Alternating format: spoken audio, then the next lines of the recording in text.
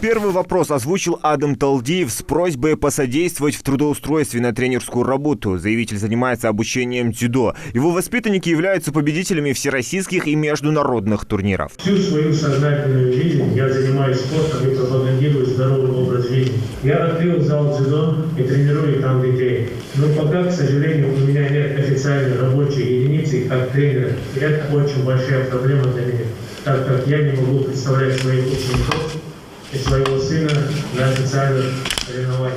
Глава региона дал поручение проанализировать деятельность имеющегося тренерского состава и эффективность их работы. В приоритете должны быть те, кто имеет квалификацию и навыки, реально обучает наших детей и приносит хорошие результаты. Такие специалисты должны быть востребованы на тренерском поприще, подчеркнул Махмуд Али Калиматов. Мы наводим порядок в каждом учреждении.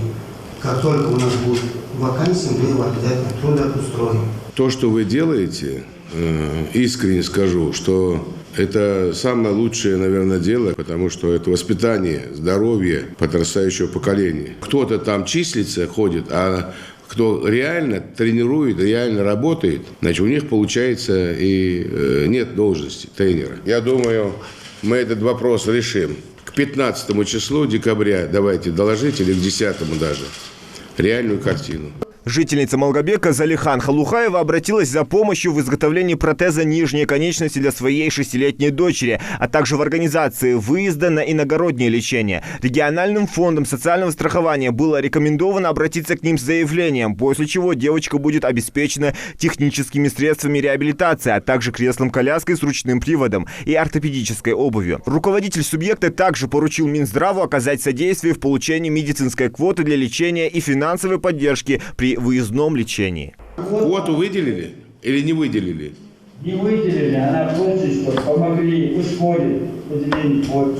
Это Министерство здравоохранения. Вы обратитесь, да, официально, и если какой-либо ответ неудовлетворительный будет, тогда мы возьмем это на контроль. До 15-го, чтобы мне доложили, что квота есть, она определили ей. Я думаю, этот вопрос мы решим.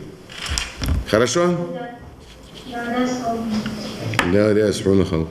Марем Калоева в своем обращении попросила оказать содействие в улучшении жилищно-бытовых условий. Запрос жительницы Сунжи был удовлетворен. Ей была дана подробная консультация от представителей администрации города и Минтруда Ингушетии, которым было поручено оказать содействие в сборе необходимой документации и оказании помощи заявительнице.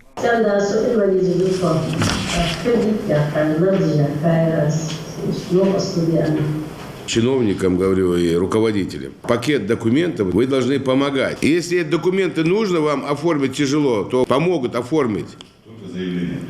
Заявление только надо написать. Следующий вопрос касался получения лицензии на право ведения образовательной деятельности. Индивидуальный предприниматель Зулейха Альянова планирует расширить перечень дополнительных обучающих услуг на базе имеющегося центра. Махмуд Али Калиматов отметил, что вопрос попадает в зону ответственности Минобра Ингушетии и дал поручение детально его изучить, проработать возможности оказания содействия.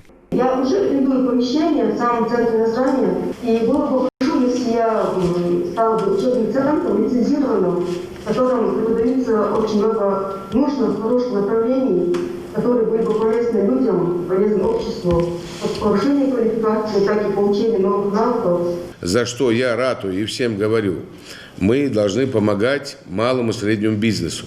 Вот если она занимается, приносит пользу себе и людям, какие-либо ей возможности помощи определит. Также к эфиру присоединились жители сельского поселения Вежери-Юрт, которые выразили благодарность главе республики за строительство социальных объектов. Напомню, в Ингушетии, как по всей России, с 1 по 10 декабря будут проходить приемы граждан в рамках декады, приуроченной ко дню рождения Всероссийской политической партии «Единая Россия». Прием в дистанционном режиме будут осуществлять представители региональной общественной приемной «Единая Россия», местные общественные приемные партии при участии депутатов Госдумы, Народного собрания и муниципальных собраний, представители республиканских министерств и ведомств. Зелимхан Калоев, Хусейн Гагиев, Юсуп Ханиев, Рахман Цуров. Новости 24.